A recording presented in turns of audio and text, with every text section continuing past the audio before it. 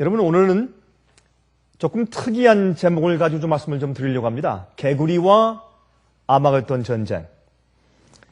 여러분, 성경은요, 이 마지막 시대 아마겟돈 전쟁은 새 개구리가 전능하신 하나님을 대해서 전쟁을 일으키는 것으로 묘사되어 있습니다.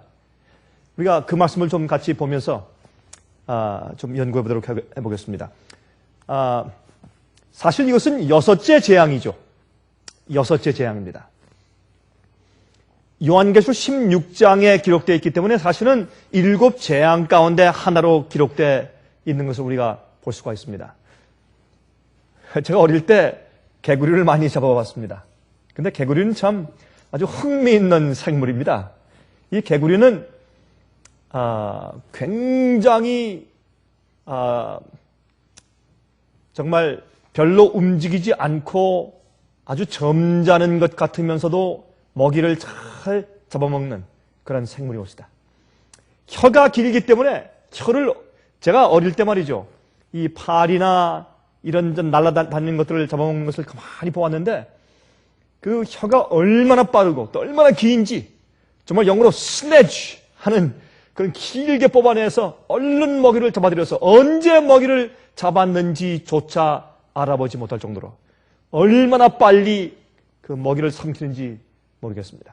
그래서 이 개구리 같은 새 더러운 영이 전능하신 하나님과 전쟁을 일으키는 그 장면이 바로 아마겟돈 전쟁인 것입니다. 그런데 흥미있는 것은 이 새 개구리 같은 더러운 영이 자기 부하들을 세상에서 불러 모아서 하나님께 나아가서 하나님과 전쟁을 하기 위해서 아마겟돈이라는 곳으로 모으더라. 그렇게 성경은 말씀하고 있다고 말입니다.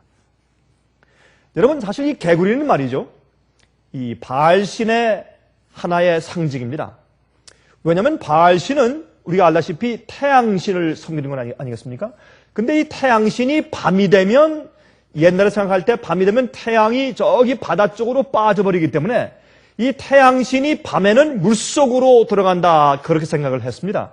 그래서 이 태양신이 밤에는 물속에 들어가서 물고기나 아니면 개구리가 된다고 해서 사실은 개구리를 이 바알신, 태양신의 일종으로 그렇게 옛날 이교도인들이 섬기고 있었습니다. 우리 요한계시록 16장 12절부터 16절까지 있는 말씀을 함께 좀 읽어보도록 하겠습니다. 자, 또 여섯째가 그 대접을 큰 강 유브라데에 쏟음에 강물이 말라서 동방에서 오는 왕들의 길이 예비되더라. 자, 여기에 이 유프라데스 강이 말라서 동쪽에서 오는 왕들이 준비된다. 동쪽에서 오는 왕들의 길이 예비된다. 그렇게 이제 설명을 했습니다. 우리 이 점은 우리가 조금 알아보고 지나가야 되겠죠. 또 한 가지 13절에 또 내가 보면 개구리 같은 새 더러운 영이 용의 입과 짐승의 입과 거짓 선지자의 입에서 나오니 그랬습니다. 여러분, 이 새 개구리 같은 더러운 영이 용의 입과 짐승의 입과 거짓 선지자의 입에서 나온다 그랬습니다. 저희는 귀신의 영이라 그랬습니다. 귀신의 영이라. 이적을 행하여 온 천하 임금들에게 가서 하나님 곧 전능하신 이의 큰 날의 전쟁을 위하여 그들을 모으더라. 그렇게 말씀을 했습니다. 여러분, 여기 이적을 행해서, 기적을 행해서 사람들을 모아오는데 이 이적은 귀신이 하는 것이라고, 마귀가 하는 것이라고 말하는 것입니다. 다시 말해서 이 개구리 같은 새 더러운 영은 귀신의 영인데 이 새 더러운 영들이 무엇을 행하는가? 기적을 행하고 사람들을 미혹해서 하나님과 싸우는 전쟁에 가는 줄도 모르고 끌려가는 그런 입장을 설명해주고 있는 것입니다. 보라, 내가 도적같이 오리니 누군지 깨어 자기 옷을 지켜 벌거벗고 다니지 아니하며 자기의 부끄러움을 보이지 아니하는 자가 복이 있도다. 그러므로 여기 있는 말씀 보면 옷을 잘 입어야 돼요. 이 아마겟돈 전쟁에 속임당하지 않으려면 내가 어느 편에 서서 싸우는지 분명히 알아야 할 텐데, 내가 하나님 편에 서서 싸우는 군사가 되려면 옷을 잘 입어야 합니다. 우리가 참 입고 다니는 이런 유행옷 말고 거룩한 의의 옷, 예수님께서 주시는 옷, 우리의 죄를 사하시고 용서하시는 것뿐 아니라 예수님의 성품을 우리 마음 가운데 부어주시는, 그래서 주님의 말씀과 주님의 뜻과 주님의 계획과 또한 주님의 계명과 일치된 마음을 가지고 있는 의의 옷 말입니다. 하나님의 성품을 받은 그 의의 옷을 지키고 있어야, 그래야 우리가 이 마지막 환난을 통과할 수 있다고 설명하는 것입니다. 새 영이 히브리음으로 아마겟돈이라 하는 곳으로 왕들을 모으더라 그랬습니다. 여러분, 여기에 보니까 특별히 백성들, 온 세상 사람들 다 모으지만 특별히 왕들에 대해서 강조한 것은, 이것은 상당히 정치적인 그런 색채가 농후한 것을 여기 말하고 있는 것입니다. 여러분, 앞으로 이 세상 모든 나라들이, 왕들이, 수상들이, 대통령들이 앞으로 아마겟돈으로 이 세상에 있는 대부분의 사람들을 전능하신 하나님을 대항해서 싸우도록 그렇게 모아가는 일에 협력하게 될 것입니다. 왕들을 모은다고 했습니다. 다분히 정치적인 색채인 것입니다. 여러분, 그러므로 우리가 이제 어떻게 믿어야 하며 어떤 경험을 해야 하는가 하는 것은 마지막에 그 큰 전쟁에 있어서, 마지막에 이 세상의 마귀의 군대와 하나님과의 전쟁에 있어서, 여러분, 하나님과 대항한다고 하는 것은, 하나님께 대항한다는 것은 사실 이 땅에 있는 진리를 믿고 하나님을 올바로 믿는 백성들과 싸운다는 뜻이죠.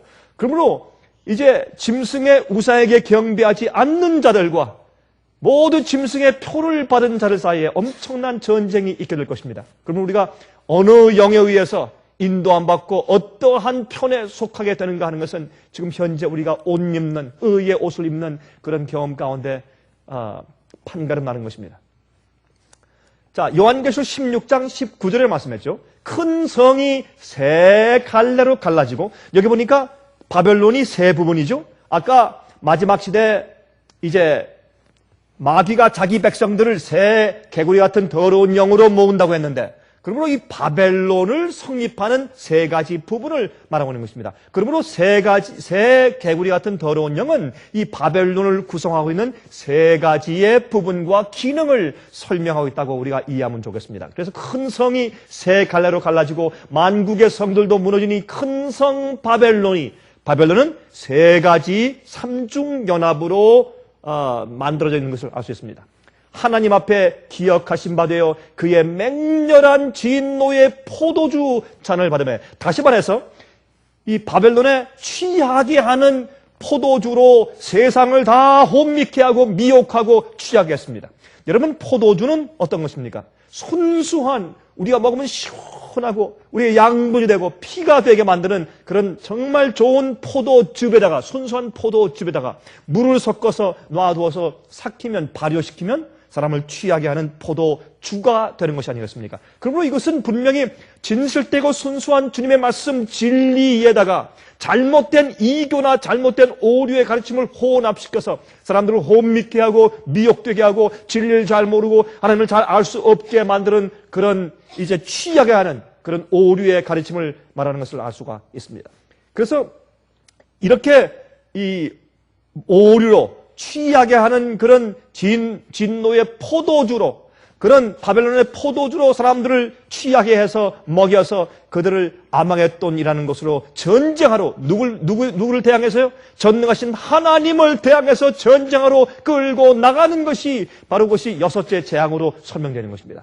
여러분, 그런데 그때 한꺼번에 하는 것보다 지금부터 이 새 개구리 같은 더러운 영이 마귀에게 속한 자들을, 아니 원래 하나님께 속해 있든지 믿지 않든지 원래 마귀에 속해 있든지 물문하고 이 땅에는 모든 사람들을 잘못된 오류로 취하게 하는 바벨론의 포도주로 계속 먹여서 취하게 해서 아마겟돈 전쟁으로 서서히 지금부터 끌고 나가고 있는 과정이 지금 물론 이루어지고 있겠죠. 자, 이 계시록은 말입니다. 이 지구의 마지막 전쟁을 개구리 같은 새 영들과 전능하신 하나님 사이의 전쟁으로 묘사하고 있습니다. 이것은 참 흥미있는 일입니다. 자, 우리 아까 읽은 말씀처럼 유프라데스 강이 마르는 일에 대해서 잠깐 생각해 보도록 하십시다. 여러분, 흥미있는 것은 말이죠. 1990년도 1월 13일자 인디애나폴리스 스타 신문은 다음과 같이 논평했습니다. 일반 신문인데 미국에 있는 기독교인들이 얼마나 정말 깊이 이러한 식으로 아마겟돈 전쟁을 인식하고 있는지 우리 그것을 이 신문의 논평을 통해서 알 수가 있어요. 다음과 같이 말을 했습니다. 터키가 1990년도입니다. 터키가 큰 댐을 짓던 공사를 드디어 마침으로 원한다면 한 달 동안 유프라데스 강물을 마르게 할 수 있게 되었다. 참 흥미있는 얘기죠. 드디어 1900년 동안 전해져 오던 예언이 무슨 예언? 바로 아마겟돈 전쟁, 요한계시록 16장에 있는 아마겟돈 전쟁 여섯째 재앙에 대해서 설명한 바로 이 예언 말이죠. 1900년 동안 전해져 내려오던 이 예언이 이루어지게 되었다. 그렇게 논평을 했습니다. 여러분, 이렇게 일반 신문이 이렇게 논평을 할 정도로 미국에 있는 기독교인들은 아마겟돈 전쟁을 실제 중동 지방에서 이루어지는 것으로 보고 있다고 말합니다. 이것은 실제로 이 히브리 말로 할 무기또인데, 무기또의 평야, 무기또의 골짜기로 실제로 보아서 여러분, 그 예루살렘 서쪽에 있는 그쪽에서 앞으로 굉장한 전쟁이 마지막에 있을 것으로 예언 해석을 하고 있는 것입니다. 여러분, 이것은 보통 문제가 아닙니다. 특히 우리 화면을 통해서 보시는 분들은 이 말씀을 잘 이해하셔야 합니다. 이것은 보통 이슈가 아닙니다. 여러분, 여기에서 앉아서 제 말씀을 들으신 여러분들에게는 큰 이슈가 아닐지 모르지만 이것은 오늘날 기독교에서 보통 이슈가 아니에요. 굉장한 이슈입니다.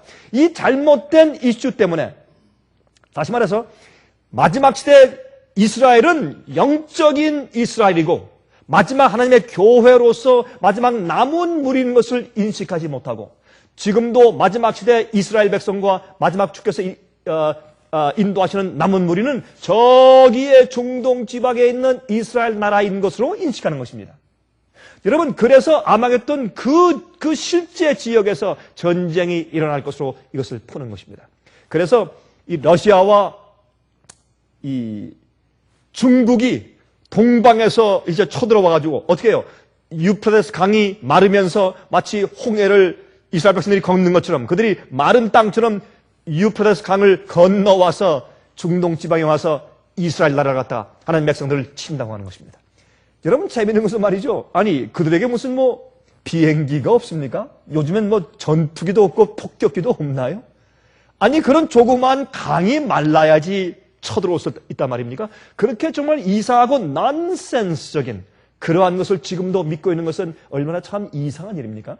이것은 보통 이슈가 아닙니다. 여러분, 그렇게 해서 앞으로 영적으로 싸워질 진짜 아마겟돈 전쟁에 대해서 알지 못하고 이해하지 못하고 엉뚱한 곳에 시선을 집중하고 초점을 맞춰서 엉뚱한 것을 기대하게 만드는 것이 바로 이 아마겟돈 전쟁에 대한 오해인 것입니다. 그래서 이 말씀을 올바로 성서적으로 이해하는 것은 얼마나 중요한지 모르겠습니다. 자, 구약의 성경에 기록된 유프라데스 강이 말이죠. 마르는 사건이 과연 무엇일까요? 여러분, 대형 박물관에 가시면 사이러스 실린더라고 하는 그런 돌이 있습니다. 이제 곧 제가 좀 그림을 좀 보여드리겠습니다만은, 그 돌도 제가 이제 대형 박물관에 갔을 때 저도 직접 그 돌을 보았는데 참 아주 조그마한 돌입니다. 근데 그 돌 위에 옛날 이 페르시아의 고레스 왕이 바벨론을 쳐들어갈 때 어떻게 바벨론을 정복했는가 하는 아주 상세한 기록이 거기에 기록되어 있습니다. 돌인데 거기에 쇠기 문자로 아주 잘 기록되어 있어요. 고레스 왕이 바벨론을 정복한 경위를 기록해 놓았습니다. 그 위에. 근데 거기에는 기록을 보면 운하를 파서 유프라데스 강물을 빼돌리고 마르게 한 다음에 그 밑에 수문을 통해서 들어가서 바벨론을 정복했다고 그런 거기에 기록을 했습니다. 여러분, 이것은 우리가 다니엘 5장에서 있죠. 벨사살 왕이 1000명 귀인과 함께 술을 마시면서, 여러분, 예루살렘에서 가져온 은금 기명들을 가지고 거기에 술을 넣어서 마시면서, 여러분, 이것은 교회가 바벨론과 결탁해 있는 것을 상징하는 것이죠. 거룩한 하나님의 성전에서 쓰여지는 금과 은 기명들을 가져와서 그 위에 바벨론의 술, 포도주를 부은 것입니다. 그것이 사람들을 취하게 하는 포도주로 요한계시록에 상징적으로 그 낱말을 갖다가 쓰게 된 것이죠. 이것이 사이러스의 실린더입니다. 이렇게 타원 형식으로 된 이런 돌 위에다가 고레스 왕이 자기가 바벨론을 쳐들어갈 때, 여러분, 바벨론은 어떻게 되어 있습니까? 아주 큰 강이 있습니다. 그 강이 가운데로 흐르고 있습니다. 이제 유프라데스 강이 지금은 사실 조그만 강이지만 참 그때는 꽤 큰 강으로 인식되었던 모양이죠. 그 강 바로 위에다가 이렇게 멋있는 도성을 지었습니다. 그런데 이건 난공불락의 성이었어요. 그 성벽이 얼마나 넓고 잘 되어 있는지 그 위에 쌍두마차 2대가 달릴 수 있을 정도로 넓고 높은 성벽을 그렇게 지어놓고 또한 그 안에 양식들이 풍부하기 때문에 어떤 외적이 침입해 오면은 7년 동안 그들이 먹을 양식이 있었다고 큰 소리를 쳤습니다. 그러므로 어떤 나라도 와서 그 성을 정복하기에 거의 불가능한 그런 난공불락의 성이었다고 이제 역사는 적고 있습니다. 근데 그 밑에 흐르는 유프라데스 강을 저 위에 상류서부터 운할 파가지고 서서히 물을 빼 돌렸다고 하는 것입니다.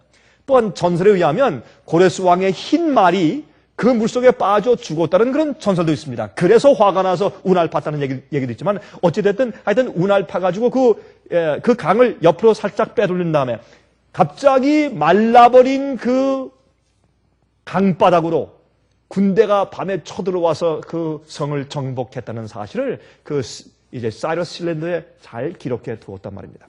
이것이 구약 시대에 있었던 유프라데스 강이 마르는 사건이었습니다. 자, 그것을 이 마지막 시대에 와서 그것을 영적으로 적용시킨 것이죠. 그것을 상징적으로 적용시킨 것이죠. 그것을 다시 또 실제적으로 적용시키는 것은 얼마나 난센스인지를 모르겠습니다. 자, 예레미야 51장 6절부터 8절까지 보시면 다음과 같이 말씀되어 있습니다. 바벨론 가운데서 도망하여 나와서 각기 생명을 구원하고 그의 죄악으로 인하여 끊침을 보지 말지어다. 이는 여호와의 보수의 때리 그에게 보복하시리라. 바벨론은 여호와의 수중에 온 세계로 취케하는 금잔이라. 여러분 요한계시록 17장 보시면 이 바벨론이 손에 금잔을 들었는데 그 금잔에 있는 포도주로 온 세상을 취하게 만든다고 그렇게 설명되어 있습니다. 그러므로 이것은 다 구약 성경에 있는 실제로 있었던 사건들을 그 상징을 가져다가 영적인 앞으로 있을 전쟁들을 상징해서 설명하기 위해서 사용된 것을 우리가 알아야 할 것입니다. 열방이 그 포도주를 마시고 인하여 미쳤도다.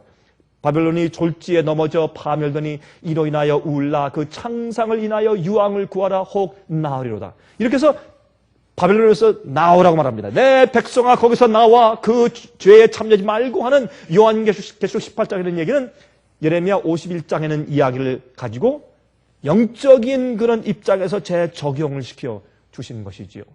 여러분 이것은 누구 보고 나오라는 것입니까?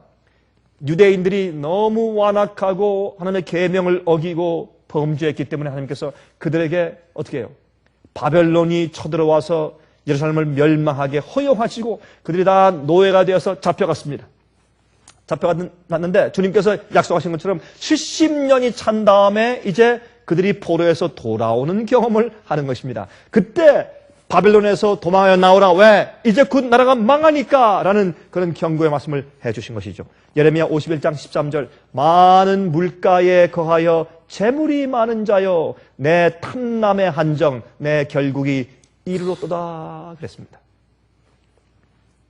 그러므로 바벨론은 많은 물가에 앉아있는 재물이 많은 그런 자라고 그 당시에도 이렇게 설명이 되어 있습니다. 마지막 시대는 여러분 요한계시록 17장에 가서 보면 거기에 이제 이 물은 음녀가 앉아있는 물은 많은 백성과 사람들인 것을 거기에 이제 설명해 놓았습니다. 자, 요한계시록 17장 1절부터 5절까지 보십시다. 또 7 대접을 가진 7 천사 중 하나가 와서 내게 말하여 가로되 이리 오라. 많은 물 위에 앉은 큰 음녀에 받을 심판을 내게 보일 것이라.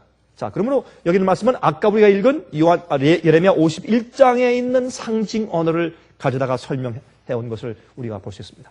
자, 많은 물 위에 앉아 있는 것은 이 바벨론이 많은 사람들과 백성들의 지지를 받고 있다는 것을 상징하죠. 2절 땅의 임금들도 그로 더불어 음행하였고 땅에 거하는 자들도 그 음행의 포도주에 취하였다 하고 곧 성령으로 나를 데리고 광야로 가니라. 내가 보니 여자가 붉은빛 짐승을 탔는데 그 짐승의 몸에 첨남된 이름들이 가득하고 7 머리와 10 뿔이 있으며 그 여자는 자줏빛과 붉은빛 옷을 입고 금과 보석과 진주로 꾸미고 손에 금잔을 가졌는데 가증한 물건과 그의 음행에 더러운 것들이 가득하더라. 그 이마에 이름이 기록되었으니 비밀이라 큰 바벨론이라 땅의 음녀들과 가증한 것들의 어미라 하였더라 그랬습니다.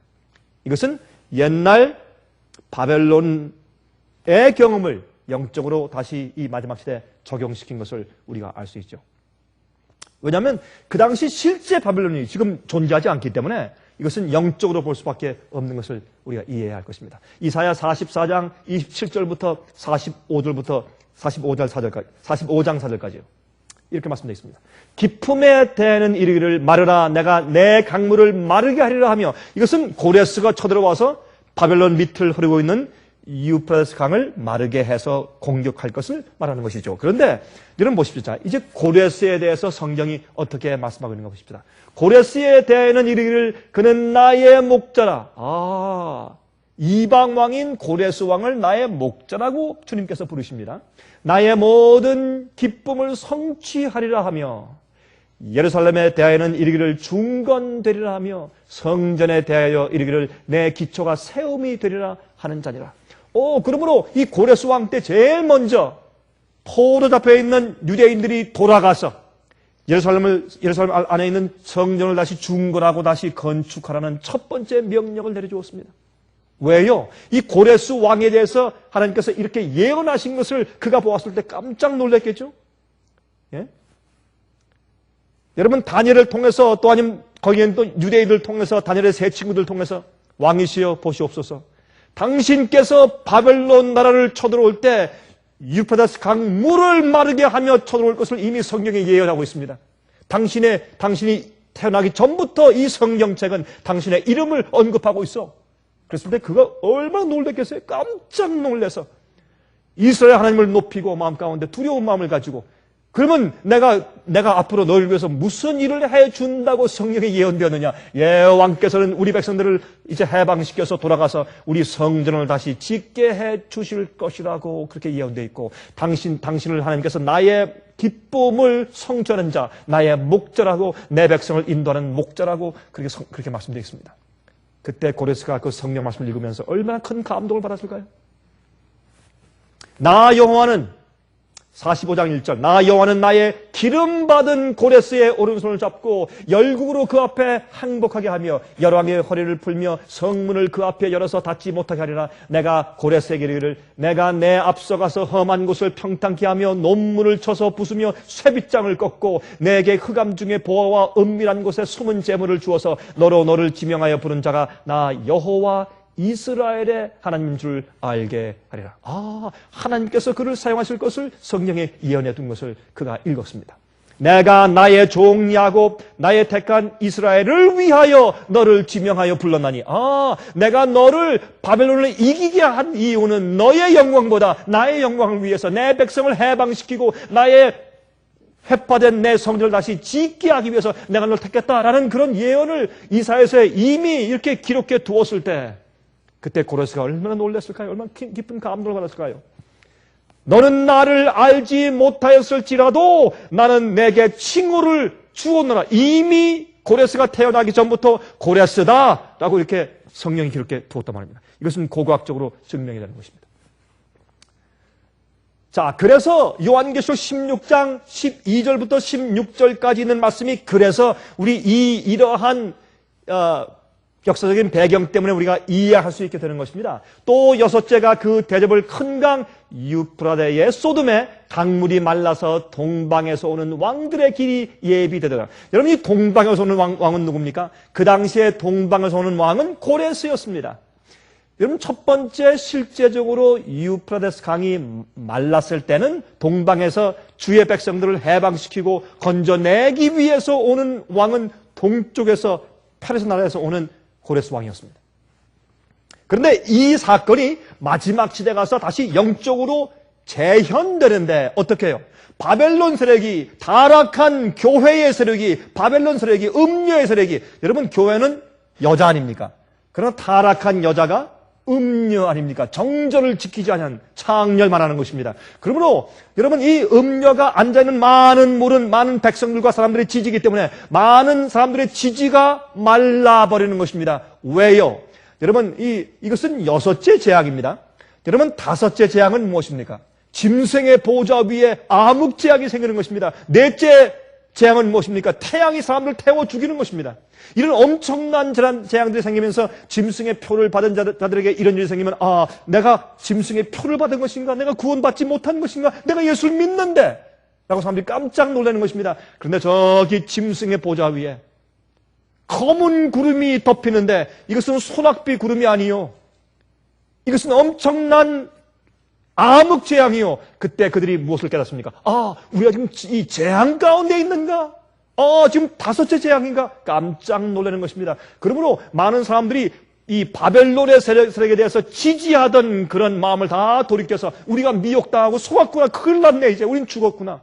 그래서 자기들 미혹한 사람들을 한테 달려가서 그들을 죽이는 일이 있을 것입니다. 엄청난 일들이 있을 것이죠. 그런데 여기에 보면 그렇게 이제 사람들의 지지가 마를 때 영적으로 그때 동방에서 예수께서 동방왕으로 당신의 백성을 구속하기 위해서 재림하시는 것을 이렇게 설명해 둔 것입니다. 또 내가 보면 그때 개구리 같은 새 더러운 영이 용의 입과 짐승의 입과 거짓 선지자의 입에서 나오니 저희는 귀신의 영이라 이적을 행하여 온 천하 임금들에게 가서 하나님 곧 전능하신 이의 큰 날의 전쟁을 위하여 그들을 모으더라. 그 다음에 15절 아까 읽었지만은 이때 주님께서 오셔서 구속함을 받을 자들의 경험은 무엇입니까? 예수 그리스도의 의의 옷을 지켜서 입고 벌거벗지 아니하고 부끄러움을 당하지 않는 것입니다. 새 영이 히브리 음으로 아마겟돈이라 하는 곳으로 왕들을 모으더라 그랬습니다. 자, 이사야 46장 11절 보십시오. 내가 동방에서 독수리를 부르며 먼 나라에서 나의 모략을 이룰 사람을 부를 것이라. 내가 말하였은즉 정령 이룰 것이요 경영하였은즉 정령 행하리라. 바로 이 예언은 고레스가 동방에서 올 것에 대한 예언입니다. 그러므로 성경은 아주 분명해요. 그 당시에 첫 번째 실제적으로 유프라데스 강이 말랐을 때는 동방에서 오는 왕이 누굽니까? 고레스 왕이에요. 두 번째는 영적으로 바벨론의 지지 세력이 없어진 다음에 동쪽에서 주의 백성들을 핍박받고 있는 죽임당할 직전에 있는 주의 백성들을 정말 구속하러 건져주려고 속히 오시는 구름 타고 영광으로 오시는 예수님의 재림을, 동쪽에서 오는 예수님의 재림을 상징하는 것입니다. 그래서 요한계시록 7장은 어떻게 했습니까? 해가 뜨는 곳에서 누가 올라옵니까? 한 천사가 올라오는데 무엇을 가지고 있어요? 살아계신 하나님의 인을 가지고 있어요. 그리고 예수께서는 어떻게 해요? 인치시는 것도 동쪽에서 오고 예수께서 재림하실 때 동편에서 온다고 그렇게 말하고 있는 것입니다. 마태복음 24장에 예수께서 말씀하기를 인자가 올 때는 동편에서 서편까지 번개가 번쩍임처럼 온다고 말씀했어요. 예수께서 재림하시고 우리를 구원하기 위해서 오시는 그런 방향은 동쪽인 것입니다. 그래서 예수님은 우리의 동방왕이에요. 동방왕입니다. 자, 그러면 고레스의 뜻은 무슨 뜻인가? 고레스 왕의 뜻은 태양이라는 뜻입니다. 태양. 동방에서 오는 왕들, 요한계시록 19장 13절부터 16절 보십시오. 예수님의 재림을 이렇게 설명했습니다. 또 그가 피 뿌린 옷을 입었는데 그 이름은 하나님의 말씀이라 칭하더라. 하나님의 말씀, 로고스. 그렇죠? 태초에 말씀이 계시니라. 어디에요? 요한복음 1장 1절에. 예수님은 여기도 말씀이라고 되어 있어요. 예수님께서 피 뿌린 옷을 입었다는 것은 이제는 어떻게 해요? 예수님께서 이제 복수하기 위해서 당신의 백성을 구원하고 심판하기 위해서 피 뿌린 옷인 이제 그런 붉은 옷을 입고 오시는 것을 여기에 상징으로 표현했습니다. 14절 하늘에 있는 군대들이 희고 깨끗한 세마포를 입고 백마를 타고 그를 따르더라. 그러므로 동방 왕들이 오는 것입니다. 동쪽에서 주의 백성을 구속하기 위해서 어떻게 해요? 유프라데스 강물이 마를 때 이것은 그 강물은 물은 많은 사람들과 많은 백성들이라고 이미 요한계시록 17장에 해석해 놓았거든요. 그러므로 예수께서 많은 천사들을 데리고 이 땅에 오시는 것을 동방 왕들이 오는 것으로 그렇게 설명되어 있는 것입니다. 15절 그의 입에서 이한 검이 나오니 그곳으로 만국을 치겠고 친히 저희를 철장으로 다스리며 또 친히 하나님 곧 전능하신 이의 맹렬한 진노의 포도주 틀을 밟겠고 그래서 피 뿌린 옷을 입고 오신다고 말씀하는 것입니다. 여러분이시여 예수 그리스도의 그 심판날에 우리가 빠지지 않기 위해서 우리가 똑바로 올바른 옷을 지켜 입고 있어야 합니다. 벌거벗은 수치를 우리가 드러내서는 안 될 것입니다. 그것은 우리 영적인 경험이고 의의 경험을 말하는 것입니다. 그 옷과 그 다리에 보세요. 이름 쓴 것이 있으니 만왕의 왕이요 만주의 주라 하였더라. 그러므로 여기에 예수님은 만왕의 왕으로서 동쪽에서 오는 동방왕으로서 오시고 또 그 주위에 백말 타고 모든 천천만만 천사가 따라오니까 동방왕들의 오는 길을 유프라테스 강이 마르면서 예비하더라고. 그렇게 이 아마겟돈 전쟁의 여섯째 재앙에 그렇게 성경에 묘사하고 있다고 말합니다. 자, 여러분, 개구리 같은 재앙은요, 출애굽 시에 내린 세 번째 재앙이죠. 그렇죠? 이스라엘 백성들을 주님께서 이제 출애굽 시키실 때 10재앙 가운데 세 번째 재앙이죠. 여러분 보십시오. 첫 번째 재앙은 무엇이었습니까? 나일강을 피가 되게 한 것입니다.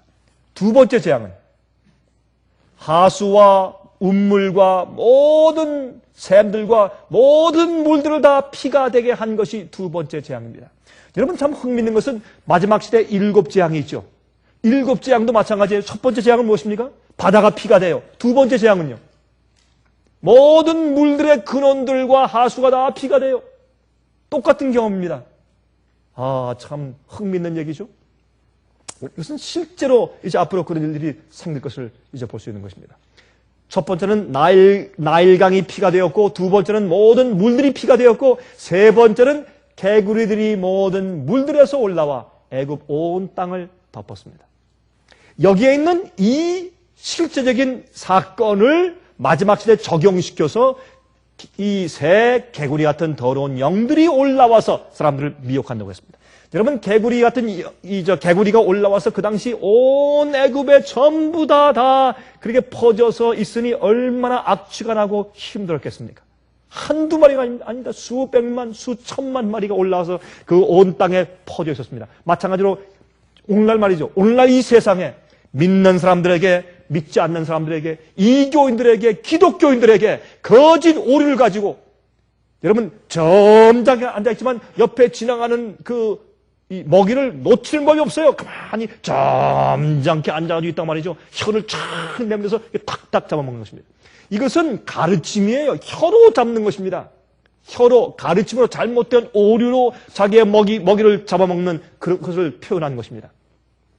자, 마지막 시대 거짓 가르침이 개구리처럼 온 세상에 퍼지는 것을 상징하기 위해서 개구리 같은 새 더러운 영이라고 이렇게 설명했다고 말합니다. 여러분, 자, 그런데 어디서 나옵니까? 이 개구리 같은 새 더러운 영이? 용과 짐승과 거짓 선자의 입에서, 용의 입에서, 두 번째, 짐승의 입에서, 세 번째, 거짓 선지자의 입에서 나온 개구리 같은 새 더러운 영들은 귀신의 영이라고 말했습니다. 사람들 미혹하는 귀신의 영이라고 이렇게 설명을 한 것을 볼 수 있습니다. 여러분, 사탄이 하나님과의 전쟁을 위하여서 자기 백성들을 온 세상에서 모으는 일을 하는 영들이죠. 그렇죠?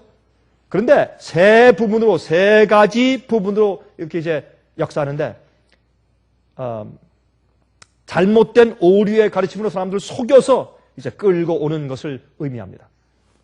자, 그러면 여기에 용의 입과 짐승의 입과 거짓 선지자의 입에서 이 개구리 같은 새 더러운 영이 나와서 사람들을 미혹해서 아마겟돈이라는 곳으로 끌고 간다. 그렇게 설명되어 있기 때문에 이게 마귀 역사인데, 마귀 역사 가운데 이 바벨론을 형성하는 세 가지 부분이 있어요. 근데 용과 짐승의 세력과 거짓 선자의 세력이에요. 자, 보십시다. 여러분, 이 용과 짐승과 거짓 선자에 대한 이런 설명은 16장에 있기 때문에 12장으로 거슬러 가야 합니다. 12장부터 용과 짐승과 거짓 선자의 정체가 그때부터 이미 묘사되고 이미 다 폭로되고 다 펼쳐져 있어요. 그래서 거기에 이미 설명되어 있는 그 묘사를 가지고 용의 입에서, 짐승의 입에서, 또한 거짓 선자의 입에서 그렇게 지금 여기에 설명을 하고 있다고 말입니다. 요한계시록 13장을 보시면 바다에서 올라오는 짐승이 있죠. 그 짐승을 이렇게 표현했습니다. 요한계시록 13장 1절부터 5절까지. 내가 보니 바다에서 한 짐승이 나오는데 뿔이 열이요 머리가 7이라 그 뿔에는 10면류관이 있고 그 머리들에는 참남된 이름들이 있더라. 아, 참남된 이름이기 때문에 이것은 종교 색채를 띠고 있는 그런 세력인 것입니다. 내가 본 짐승은 표범과 비슷하고 그 발은 곰의 발 같고 그 입은 사자의 입 같은데 용이 자기의 능력과 보좌와 큰 권세를 그에게 주었더라. 아, 여기 용이 나오지 않습니까? 용이 바다에서 올라온 이상한 짐승. 몸은 표범 같고 발은 곰 같고 머리는 사자 같고, 그렇죠? 거기에 머리가 7이고 또 뿔이 10개 나 있고, 이러한 짐승에게 용이 자기의 능력과 보좌와 큰 권세를 줍니다. 여기에 용이 나오고 짐승이 나왔죠? 이 두 세력이 이미 설명되어 있는 것입니다. 그런데 이 짐승이 무엇인가 보세요. 그의 머리 하나가 상하여 죽게 된 것 같더니 그 죽게 되었던 상처가 나오매 온 땅이 이상히 여겨 짐승을 따르고, 이것은 다름 아닌 교황권인 것입니다. 그렇죠? 여러분, 여기 7머리는 다니엘과 요한계시록을 볼 때 특별히 이 짐승으로 이 제국들, 나라들의 흥망성쇠를 예언했을 때 그 머리들이 설명되어 있습니다. 제일 처음에 바벨론은 사자, 독수리의 날개 가진 사자, 그러므로 머리가 하나입니다. 그 다음에 곰으로 상징된 페르시아, 머리가 하나입니다. 세 번째, 표범 같은 짐승으로 상징된 헬라, 새 날개를 가지고 있죠. 머리가 몇 개입니까? 4개입니다. 또 무서운 용 같은 짐승인 로마, 머리가 하나입니다. 근데 거기에 뿔이 10개가 있습니다. 로마 나라는 로마 나라 이후에 또 다른 제국이 올 것이 아니라 로마 나라가 열국으로 내분해서 갈라짐으로 열국이 되어가는 모습을 그렇게 예언한 것을 우리가 알 수 있는 것이죠. 그러므로 여러분, 바벨론 하나, 메데페르시아 하나, 헬라 4개, 로마 하나. 그래서 7머리가 있고 또 로마 나라가 열국으로 갈라졌기 때문에 10뿔이 있는 것이죠. 자, 그렇게 해서 그 가운데는 무엇이 있습니까? 10뿔이 갈라진 다음에 작은 뿔이 올라와요. 그것은 작은 뿔인 교황권에 올라오는 것을 요한계시록 7장과 다니엘 7장과 8장에 너무 잘 설명되어 있습니다. 그것이 반복돼서 설명되어 있는 것이 요한계시록 13장이죠. 어떻게 할 수 있습니까? 거기에 42달 얘기가 나오고 1260일 동안 주의 백성들을 핍박한다는 얘기가 나옵니다. 그러면 그것은 다른 세력에 적용시킬 수가 없어요. 너무나 정확하게 그것은 교황권을 의미하는 것입니다. 그래서 교황권이 1260년 동안 한때, 두때, 반때, 42달, 1260년 동안 다시에다가 그 1260년의 맨 마지막 기간인 1798년도에 버티어 장군에게 칼에 죽습니다. 그렇죠? 피우스 6세를 붙잡아다가 말에 태워서 포박해서 불란서로 끌고 가서 거기에 감옥 속에 넣은 다음에 거기서 그 교황이 죽었죠. 그런 다음에 사실 불란서의 칼에 죽은 것입니다. 그러므로 이것을 보면 한 죽게 되었던 상처가 나중에 나아서 온 땅이 따른다. 너무나 분명한 성취죠. 지금 오늘날 이 세상에 온 세상이 존경을 따르는 교황권의 부활을 지금 보는 것입니다. 용이 짐승에게 권세를 주므로, 그래서 용이 짐승에게 권세를 주므로 용에게 경배하며 짐승에게 경배하여 가로되 누가 이 짐승과 같으뇨? 누가 능히 이로 더불어 싸우리요 하더라. 또 짐승이 큰 말과 참남된 말하는 입을 받고 또 42달 일할 권세를 받으니라. 이렇게 해서 과거에 이 짐승의 세력이 42달 동안 무엇을 했던 짐승인지에 대해서 설명을 하고 있는 것이죠. 너무 분명한 것입니다. 그런데 여기 용이 짐승에게 권세를 주었습니다. 그렇죠? 근데 요한계시록 12장 9절 보십시오. 큰 용이 내어 쫓기니 어디에서? 하늘에서 옛뱀 곧 마귀라고도 하고 사탄이라고도 하는 온 천하를 꾀는 자라 땅으로 내어 쫓기 그의 사자들도 저와 함께 내어 쫓기니라. 여러분, 성경은 요한계시록 12장에 용은 마귀 세력이라고 딱 아주 못 박아서 말해 놓았어요. 그 다음에 짐승은 13장에 나오는 짐승은 무엇입니까? 교황권이라고 설명해 놓았단 말입니다. 우리가 오해하거나 다르게 해석할 필요가 전혀 없는 것을 알 수 있어요. 자, 그래서 용의 입에서 나오는 개구리 같은 영이란 무엇을 말하는가 하면 용은 마귀라고 설명되어 있기 때문에 마귀 사탄은 사탄의 영들이 직접 역사하는 일들로 사람들에게 와서 미혹하고 속이는 것을 말하는 것입니다. 어떻게 설명할 수 있습니까? 성모 마리아의 계시, 여러분 아십니까? 지금 우리가 살고 있는 이 조지아주에 우리가 있는 이곳에서 1시간도 떨어지지 않은 곳에 마리아가 1년에 한 번씩 계속 나타나는 걸 아십니까?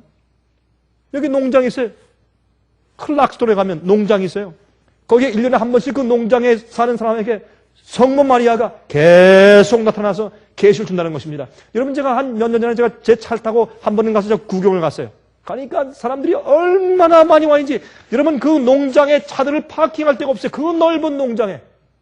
유럽에서 오고 인도에서 오고 아프리카에서 오고 말이죠. 남미에서 오고 아시아에서 오고 와서 지금 거기에서 이번엔 또 무슨 계시를 받았습니까? 무슨 얘기를 들었습니까? 거기 가면 그 집에 그 옆에 이렇게 마리아 상을 세워놨어요. 거기 가서 헌금을 놓는 통도 다 있고. 여러분 아십니까? 요즘에 말이죠. 이런 성모 마리아가 출현해서 계시를 주기 때문에 계시를 받고 있다고 주장하는 사람들이 이 지구상에 2,300명을 넘었습니다. 이렇게 전혀 모르는 사이에 어마어마한 이런 정말 용의 입에서 나오는 개구리 같은 영으로 사람들을 얼마나 미혹하고 잘못된 가르침을 주고 있는지 모르겠습니다. 여러분, 근데 흥미있는 것은 그런 계시 가운데 많은 부분이 이스라엘을 도라는 것입니다. 아르마게돈 전쟁이 이스라엘은 땅에서 이루어질 것으로 말하는 것입니다. 이것은 무엇입니까? 사람들 미혹해서 진짜 영적인 아르마게돈 전쟁에서 알아보지 못하고 참되게 의의 옷을 입는 경험을 하지 못하게 하기 위해서 사람들에게 연막 전술을 쓰고 있는, 사람들을 속이고 있는 일입니다. 이것이 무엇입니까? 개구리 같은 영입니다. 어디에서? 용의 입에서. 용은 사탄이 자기의 자기의 타락한 천사 영들을 통해서 직접 거짓 기적을 행해서 사람들을 속이고 있는 역사를 갖다가 용의 입에서 나오는 개구리 같은 영이라고 말했습니다. 죽은 영들과 교통하는 거, 강신술, 그렇죠? 여러분, 귀신 영화, 귀신 프로그램 요즘처럼 이렇게 많이 나오는 그런 때가 과거에 있었습니까? 왜 그렇습니까? 사람들이 그렇게 믿기 때문에 그렇습니다. 성경은 죽은 영은 땅속에서 잔다고 그랬습니다. 영은 이 공중을 떠다니거나 아니면 천당 가거나 아니면 지옥에 가 있는 상태가 아닌 것을 성경이 분명히 얘기하지만 사람들이 잘못 믿고서 죽은 영들과 얼마나 많이 교통하고 있습니까? 또한 사도 요한의 계시, 여러분 아십니까? 요즘에 사도 요한이 나타나서 내가 쓴 그 책, 그 요한계시록, 그것은 상징의 책인데 나도 이해하지 못했어. 너희들 꼭 그것을 이해해야지 구원받는 것은 아니라 괜찮다. 이런 말을 한다는 것입니다. 사도 요한이 뭐라고 썼습니까? 여기 있는 말씀을 읽고 듣고 거기 있는 말씀을 지키는 자가 복이 있다 그랬어요.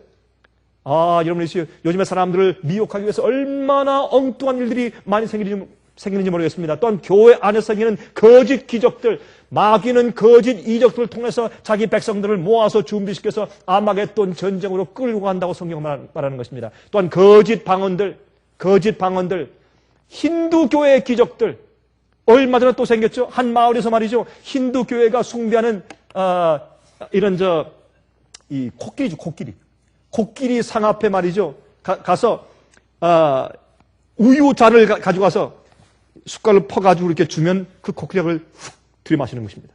그래서 온 동네 사람들이 전부 다 한 컵씩 가져와서 다 퍼주면 그것을 다 들이마시는데 흥미있는 것은 그 많은 우유 컵들을 가져가서 그 코끼리에게 돌로 만든 코끼리에게 숟갈로 퍼주었는데 그 수많은 갤런 되는 그 우유가 어디로 갔는지 알 수가 없다는 것입니다. 참 이상하죠. 마귀는 심지어는 힌두교를 통해서, 이슬람교를 통해서, 유태인들을 통해서, 많은 기독교인들을 통해서 이상한 기적들을 통해서 가짜 오를 믿게 함으로 사람들을 미혹하여서 아마겟돈 전쟁으로 끌고 가는 것입니다. 심지어 한국은 무엇을 통해서요? 무당들을 통해서. 그렇죠? 갈대를 흔들고 작두에서 춤을 추고 이런 식으로 실제 악한 영들이 나타나서 역사하는 것을 용의 입에서 나오는 개구리 같은 영이라고 설명을 했고, 두 번째, 짐승의 입에서 나오는 개구리 같은 영들이 누굽니까? 그것은 교황권을 통해서, 짐승은 교황권이니까 교황권을 통해서, 왜? 요한계시록 12장, 13장에서 이미 설명해 둔 것을 바탕으로 해서 용과 짐승과 거짓 선지자라고 설명했기 때문에 짐승은 교황권입니다. 교황권을 통하여서 잘못된 오류들, 바벨론의 포도주로 마시게 하여서 사람들이 잘못된 가르침에 취해서 비틀거리고 혼돈되게 만드는 것입니다. 참 이상해요. 여러분, 요즘에 어떤 기독교인들은 말이죠, 연옥을 믿어요. 여러분, 영원히 불타는, 이쪽으로 뒤집어서 600만 년 동안 태우고 또 석쇠처럼 또 이렇게 뒤집어서 600만 년 태워가는 그러한 영원히 불태우는 지옥설뿐만 아니라 오늘날 어떤 책에는 기독교인들이 연옥을 믿어요. 그건 상당히 일리 있는 얘기다. 성경에는 없지만은 로마 교회에서 말하는 것이 일리가 있다. 왜? 우리 같은 자들이 어떻게 금방 천당에 가느냐. 어디 가서 좀 타고 정결케 된 다음에 가야지. 연옥이 일리가 있다. 그런 기독교들이 생겨요. 참 이상하지 않습니까? 원죄설, 잘못된 복음, 주일 성수 제도, 세크라멘트, 성체설, 그렇죠? 미사 드리는 것들, 고해 성사 이런 모든 잘못된 바벨론의 포도주로 사람들을 혼돈시켜서 진리를 믿지 못하게 하는 것입니다. 어떤 사람들이 이렇게 말합니다. 목사님, 조금 잘못을 믿고 조금 이상하게 믿더라도 예수만 믿고 주님 앞에 나가면 되는 것이 아니겠습니까? 문제는 여기에 있습니다. 우리가 믿는 두뇌는 하나입니다. 우리가 주 앞에 바치는 심장도 하나고 우리의 열심도 하나고 우리 정열도 하나고 우리 시간도 하나밖에 없어요. 그러므로 우리가 주 앞에 들을 시간을 다른 데 쏟으면 동시에 주 앞에 우리가 헌신할 시간이 없는 것입니다.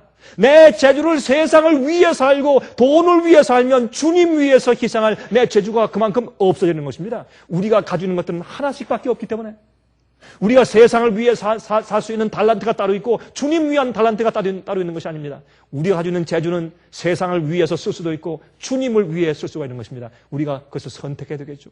마찬가지입니다. 우리의 두뇌와 우리의 정열과 우리의 이해와 우리 이 두뇌의 기능도 한 가지밖에 없어요. 그러므로 우리가 사실 성경 진리대로 믿지 않고 다른 오류와 조금 잘못되고 삐뚤어진 대로 믿어버리면 그만큼 그렇게 잘못된 오류가 내 마음을 차지하게 돼 있어요. 또 진리는 하나님이기 때문에 진리는 거울 같아서 우리가 그 진리를 잘못 삐뚤어 알면 하나님이 삐뚤어 보여요. 성경의 진리가 잘못 보여요. 그러면 내 마음 가운데 영적인 경험이 잘못 들어오는 것입니다. 왜? 하나님을 오해하고 있기 때문에.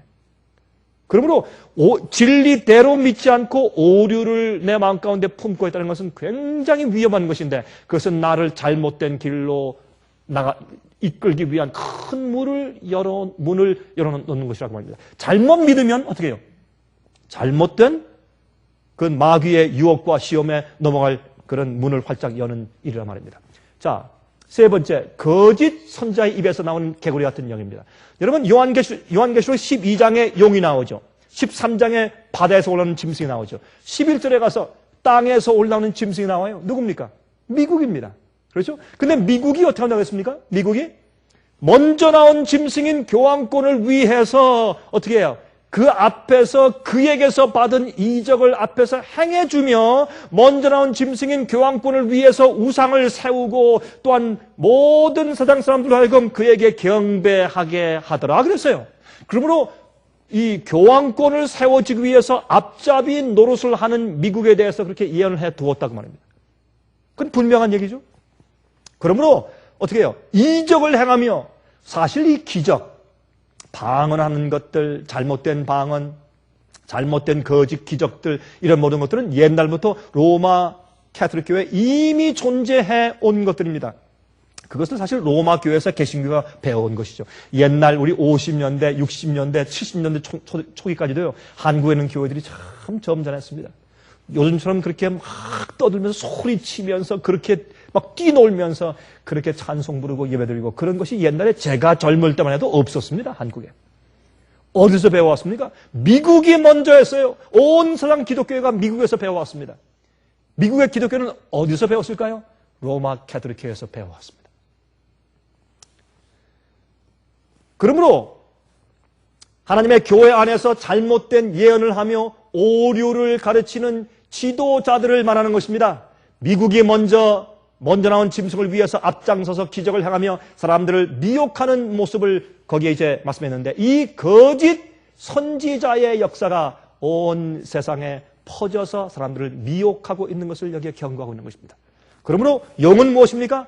마귀의 영들이 직접 내려와서 모든 종교에, 모든 믿지 않는 자들과 모든 종교에 다 퍼져서 이상한 기적들을 보이면 사람들을 미혹하는 것을 말하는 것이고 두 번째 짐승의 입에서 나오는 것은 바벨론의 오류의 포도주로 사람들을 진리를 오해시키고 잘못 이해케 하는 역사를 말하는 것이고 세 번째 거짓 선자의 입에서 나오는 개구리 같은 영이라는 영은 미국을 중심으로 해서 잘못 오류를 받아들이고 오해하고 있는 기독교회가 사람들에게 역사하고 있는 미혹하는 모습을 설명하고 있다고 말입니다. 땅에서 올라오는 새끼양 같은 짐승 말이죠. 요한계시록 13장 11절부터 15절 너무 잘 설명되어 있죠. 내가 봄에 또 다른 짐승이 땅에서 올라오니 새끼양같이 두 뿔이 있고 용처럼 말하더라. 저가 먼저 나온 짐승의 모든 권세를 그 앞에서 행하고 땅과 땅에 거하는 자들로 처음 짐승에게 경배하게 하니 곧 죽게 되었던 상처가 나온 자니라. 큰 이적을 행하되 심지어 사람들 앞에서 불이 하늘로부터 땅에 내려오게 하고 무엇을 합니까? 기적을 행합니다. 거짓 기적이죠. 짐승 앞에서 받은 바 이적을 행함으로 땅에 거하는 자들을 미혹하며 이건 거짓 선지자입니다. 그래서 미국이 가장 크게 세상을 미혹하고 있는 것이 뭐예요? 미국에 있는 기독교회인데 무엇을 합니까? 앞으로 오는 아마겟돈 전쟁이 영적인 전쟁이 아니고 주의 백성과 마지막 짐승의 표를 받은 자들의 전쟁이 아니고 어떻게 해요? 러시아와 중국이 이스라엘을 쳐들어오는 것이다. 유프라테스 실제 강이 마르면서 쳐들어온다고 하는. 그래서 저기에 이스라엘 나라로 초점을 맞추게 만드는 것입니다. 거기서 마치 앞으로 큰 전쟁이 생기는 것처럼 말하는 것입니다. 여러분 앞으로 여러분 아십니까? 교황이 예루살렘에 가서 그 보좌에 앉게 될 것입니다. 왜요? 온 세상 기독교인들이 모든 신경과 주의를 다 그곳에 집중하고 있기 때문에 요즘에 말이죠. 이스라엘의 예루살렘의 그 근교에 새 성전을 짓기 위해서 엄청난 사업이 진행 중입니다. 많은 부자 기독교인들이 은을 바치고 금을 바치고 그다음에 또 진주를 바치고 돈들을 바쳐서 어마어마하게 옛날 솔로몬 시대 왕 같은 그런 영광이 큰 그런 성전을 지으려고 다 재료는 준비해 놓았는데 아랍과의 지금 싸움과 팔레스타인과의 전쟁 때문에 그 일을 할 수가 없어요. 그러나 그러기 때문에 빨리 중동 전쟁을 종식시키기 위해서 이 미국이 그렇게 도와주려고 애를 쓰는 것입니다. 정치적으로. 여러분 왜 지금 이슬람 테러리스트가 생깁니까? 그 이유는 미국이 유대인들을 너무 감싸고 이스라엘 나라를 마치 마지막에 하나님께서 선택하신 아직도 여전히 선택한 선민인 줄 알고 도와주기 때문에 이런 정책적인 문제가 생기는 것이 아니겠습니까? 그럼 미국이 사실은 무슨 역할을 합니까? 거짓 선지자 역할을 해서 마지막 시대 아마겟돈 전쟁을 오해시켜서 잘못 끌려가게 만드는 그런 예언을 하고 있단 말입니다. 기독교회가 미국과 합세해서 바로 그 일을 하고 있는 것입니다. 오늘날 많은 교회들이 자 보세요. 땅에 거하는 자들에게 이르기를 하대 상하였다가 살아난 짐승을 위하여 우상을 만들라 하더라. 교황권이죠. 저가 권세를 받아 그 짐승의 우상에게 생기를 주어 그 짐승의 우상으로 말하게 하고 또 짐승의 우상에게 경배하지 아니하는 자는 몇이든지 다 죽이게 하더라. 그랬습니다. 자, 여러분 이 땅에서 올라온 새끼양 같은 짐승을 보면 사실은 아메리칸 바팔로죠. 미국의 들소에 새끼가 태어나면 꼭 양 같습니다, 모습이. 그래서 이제 사도 요한이 계시 가운데 볼 때 말이죠. 양 같은 짐승이 올라오면 양이 아니에요. 양 같은 짐승. 물론 그것은 예수를 상징하는 양 같은 짐승으로 말했지만 또 한 가지는 양 같은 짐승은 여러분 이 아메리칸 바팔로, 이 아메리칸 들소의 새끼들은 꼭 양 같아요. 가만히 보니까 저 양은 양 같은데 양이 아니란 말이에요. 그래서 양 같은 짐승이 올라왔다고 이렇게 표현을 한 것은 얼마나 재미있습니까? 그래서 바로 이 기독교의 정신을 가지고 핍박에 피해서 도망 온 자들이 세운 그런 나라, 그 나라가 나중에 용처럼 말한다고 해서 이것은 마지막 세상을 미혹하고 아마겟돈 전쟁에 대해서 크게 오해시키는 미혹하는 거짓 선지자로서 더러운 개구리의 영의 역할을 하고 있는 것을 성경은 우리에게 지목해 주고 있다고 말입니다.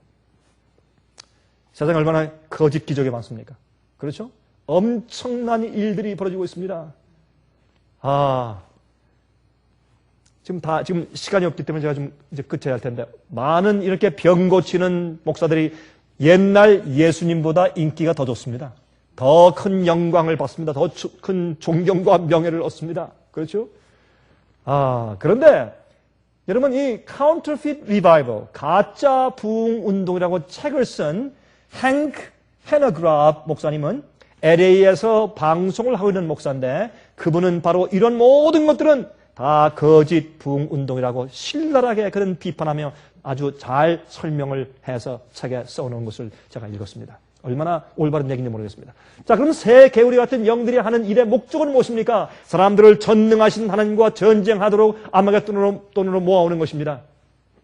무슨 오류들로 사람들을 속여서 하나님을 대항하여 싸우도록 모아오고 있습니까? 거짓 복음, 잘못된 복음을 가르치고 재림에 대한 잘못된 이해를 만들고 비밀 휴거를 가르치고 예수께서 오시기 전에 그리스도인을 믿는 자들의 영은 미리다 휴거돼서 올라갈 것이다 하는 잘못된 것을 가르치고 복천년설을 가르치고 예수께서 오신 다음에 의인들이 하늘에 올라가서 1000년 동안 사는 것이 아니라 예수께서 오시기 전에 미리 복천년이 이 땅에서 이루어진다고 가르치고 영원히 타는 지옥설을 가르치고 또 한 가지 중요한 것은 하늘에 있는 하나님의 역사를 보지 못하게 하고 이 지구상에 있는 실제 이스라엘 나라로 시선을 집중시켜서 엉뚱한 일에 정성을 다하게 만드는 것입니다. 자, 그러므로 여러분 요한계시록 16장 17절부터 21절 보시면 7지의 재앙을 말하면서 어떻게 해요? 하늘에서 번개, 뇌성, 천둥이 있어요. 하늘에서 이루어지는 일에 관심을 가지라라고 하나님께서 뇌성과 천둥, 번개를 치세요. 왜? 이 땅에 있는 이스라엘로 시선 집중할 때 하늘에 있는 새 예루살렘 성전과 하늘에 있는 거룩한 성전에서 정결사역이 이루어지는 그 일에 중심을 두고 거기에 시선을 집중시키고 우리 깨끗한 의의 옷을 입는 경험을 해라 라고 말하고 있다고 말입니다. 사람들은 지금 이 세상에서 이스라엘 나라에서 새로운 성전을 짓기 위해서 정신을 팔고 있어요. 그러나 우리는 하늘 시온산 성전에 올라가는 일을 위해서 준비하고 있어야 합니다. 여러분 1946년도에 건국된 이스라엘에 이것은 적용될 수가 없는 것입니다. 이사야와 에스겔의 약속들은 앞으로 있는 남은 자들에 대한 예언이지 이것은 이스라엘 나라가 세워진 것이 아닙니다.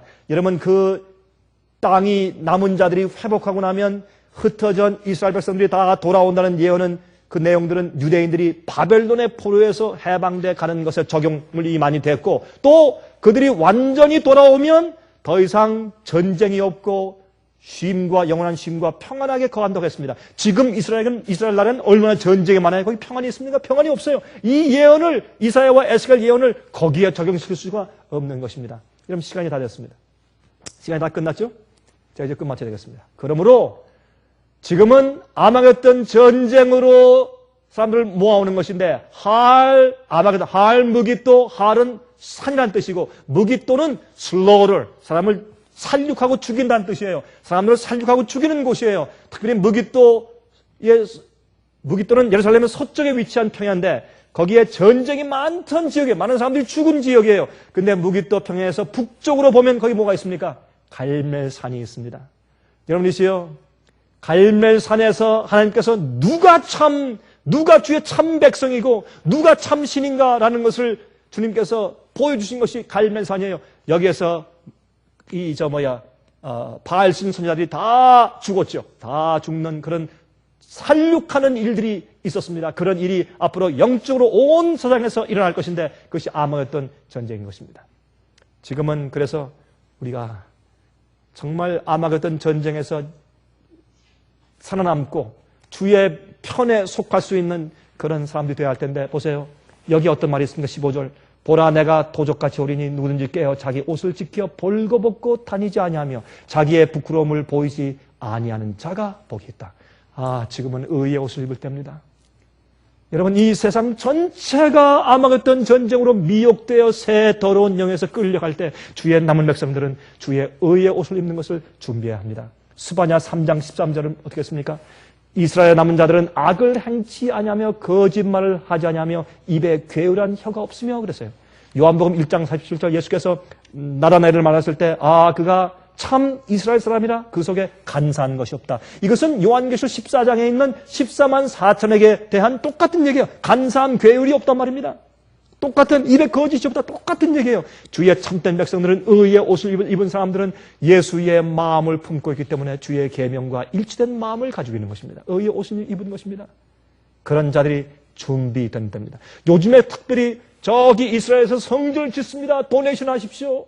빨리 저 나라의 팔레스타인과 전쟁과 문제를 빨리 종식시키고 이스라엘 나라를 안전케 해야 합니다. 그리고 성전을 지어야 합니다. 거기서 시초만 사건이 나옵니다. 마지막 사건이 이루어집니다. 라고 해서 모든 기독교인들의 모든 정신을 그쪽으로 팔게 되는 이런 예언 해석들을 들으면서 점점 더 심해지는 걸 들으면서 이제 정말 영적으로 아마겟돈 전쟁을 위해서 의의 옷을 입을 때가 되었다 하는 것을 우리가 상기하게 되는 것입니다.